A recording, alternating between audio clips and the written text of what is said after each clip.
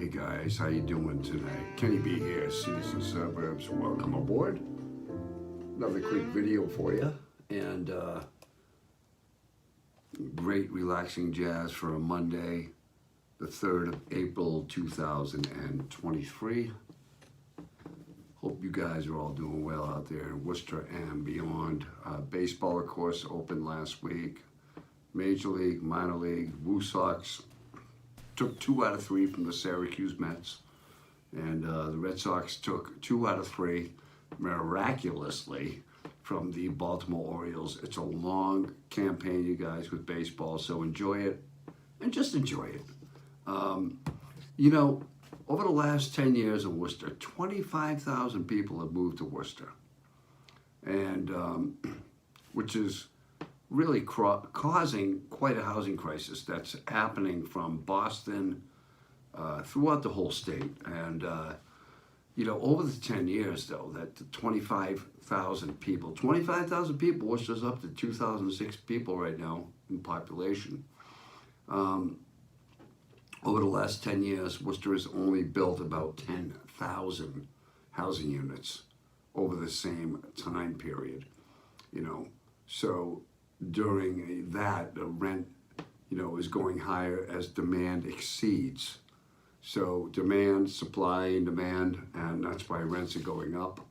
I had an individual say to me the other day that they live up on Providence Street, you know, over by the, you know, the Coral Street areas, and their rent is going up to $400 a month. This individual said to me that, or the individual said to me that I'm going to have to move to either Webster, Southbridge, or some of the more affordable towns, which those towns are feeling. So the migration, you know, from the east of Boston and coming to Worcester, and that's wonderful. But Worcester is in the Goldilocks zone. We know what the Goldilocks zone is, right? If we, you know, pay attention to, inhabitable planetary bodies, you know, that the Earth is in a Goldilocks zone. It is perfect for life, and basically, you know, the same thing. I mean, we're being priced out. The people in Worcester are being priced out, and so what happens is, what is happening? By some estimates, the median rent on a 2-bedroom right now apartment in Worcester has increased by more than $600 over the last decade to about $1,800 a month, depending on where that is. Eric Batista, city manager, submitted inclusionary zoning proposal, which is going to be with larger, newer buildings, set aside 15% of the units for people making 80% of the median income. So basically, first of all, Worcester has a renter occupation of more than 60%. So let me just read this. So to set aside 15% of units for people making 80% of the area median income.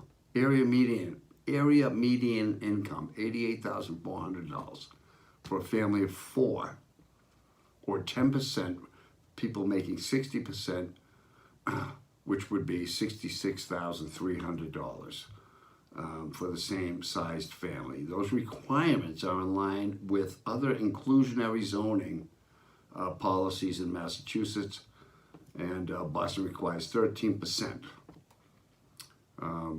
So, you know, let's look at this too. It's a delicate balance between, you know, affordable housing and developers that want to invest in the city, because it's not the city of Worcester, it's not Batista, it's not Augustus. They're not out there, you know, building houses. That's not what it is. This is private investments that come into communities.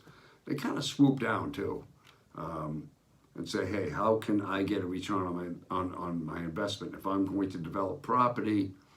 You know, inclusionary zoning is important. you know, but what is market rate right now? But it's a delicate balance between you don't want to risk scaring off developers because they need to have a return on their investment. It's very expensive to build anything nowadays. So, particularly housing. And, you know, the old Mount Carmel Church is all apartments going on there. Down Kelly Square, again, massaging Kelly Square, you know. Several hundred units going on down there. Yes, of course, by law, they're going to set aside some affordable. But what's affordable, you guys? You know, I mean, when you're starting to pay 30% or more of your income on housing, you do. I said this the last video. You don't have discretionary spending money. Meanwhile, last week I was downtown for a meeting at the old Commerce Building. Remember the old Commerce Building? Beautiful building. It's just a major sandblast.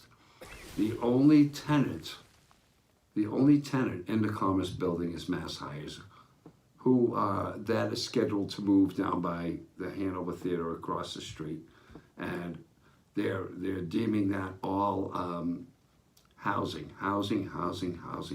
They're turning everything they can into housing. Meanwhile, you know, we're getting people to live downtown again.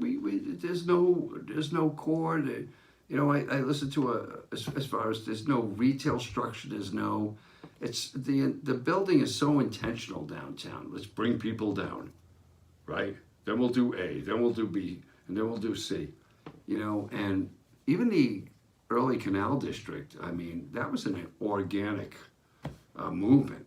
I mean, that was from the Canal Fest and the Canal Diggers Race, and you know, some things you can't keep planning cities into prosperity, which sometimes doesn't really work at all. You know, it works in the opposite. So, what can we do, guys? I mean, I'm really all for Main Street. You know, kind of coming alive a little bit, and but I'm not seeing it just yet. But let's think about this. Worcester is 206,000 people and growing. We are a Goldilocks city. I'll take it from where we were, but we still have a long way to go. What do you guys think about Worcester's housing crisis right now, the state's housing crisis? Comment below, and we'll see you next time on Cities and Suburbs. Thank you and take care. Kenny Bisson's